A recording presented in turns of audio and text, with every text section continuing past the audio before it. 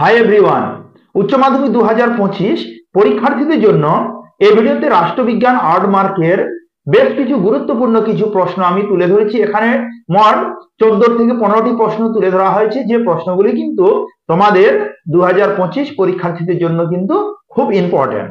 আমার coaching centre piece একাডেমির যে সমস্ত রাষ্ট্রবিজ্ঞানের এক্সপার্ট স্যার আছে তাদের দ্বারা তৈরি এই সাজেশনটা কিন্তু খুব ইম্পর্টেন্ট। এখানে মোট 14 থেকে 15টা প্রশ্ন তুলে ধরা হয়েছে, এর বাইরে কিন্তু কোনো প্রশ্ন থাকবে না।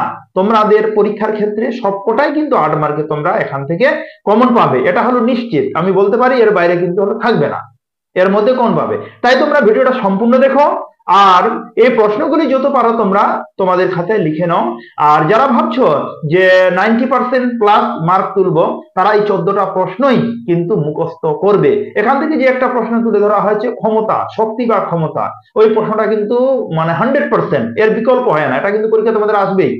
তাহলে কি যারা ভাবছো যে 90 প্লাস মার্ক তুলবো রাষ্ট্রবিজ্ঞানের, তাদের ক্ষেত্রে এই 14টা প্রশ্নই কিন্তু মুখস্থ করতে হবে, এর বাইরে কিন্তু থাকবে না, সবটা তোমরা কমন পেয়ে যাবে।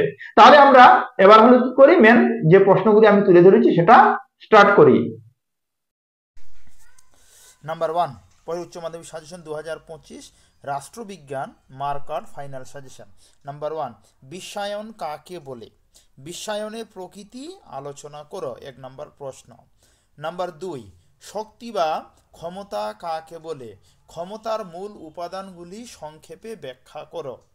নাম্বার 3, উদার নীতিবাদ কাকে বলে?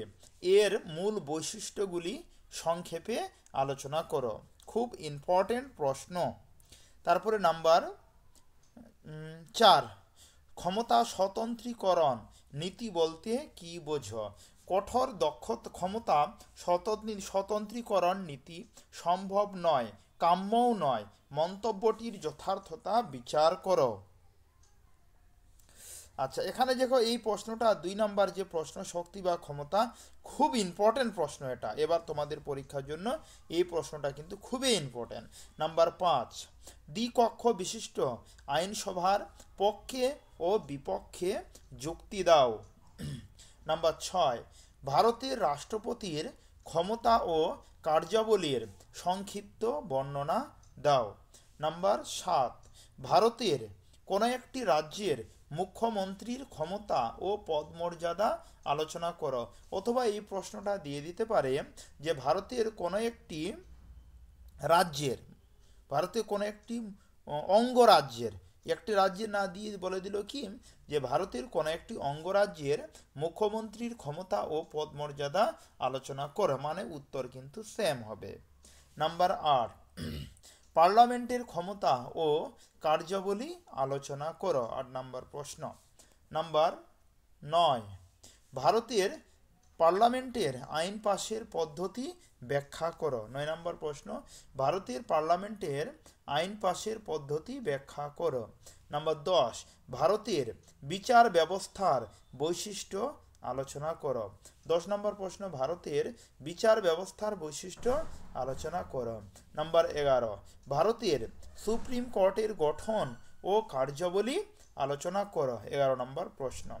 নাম্বার 12, ক্রেতা সুরক্ষা আন্দোলন সম্বন্ধে একটি টীকা লেখো। ক্রেতা সুরক্ষা আন্দোলন সম্বন্ধে একটি টীকা লেখো। নাম্বার 13, লোকসভা ও রাজ্যসভার মধ্যে পারস্পরিক সম্পর্ক আলোচনা করো।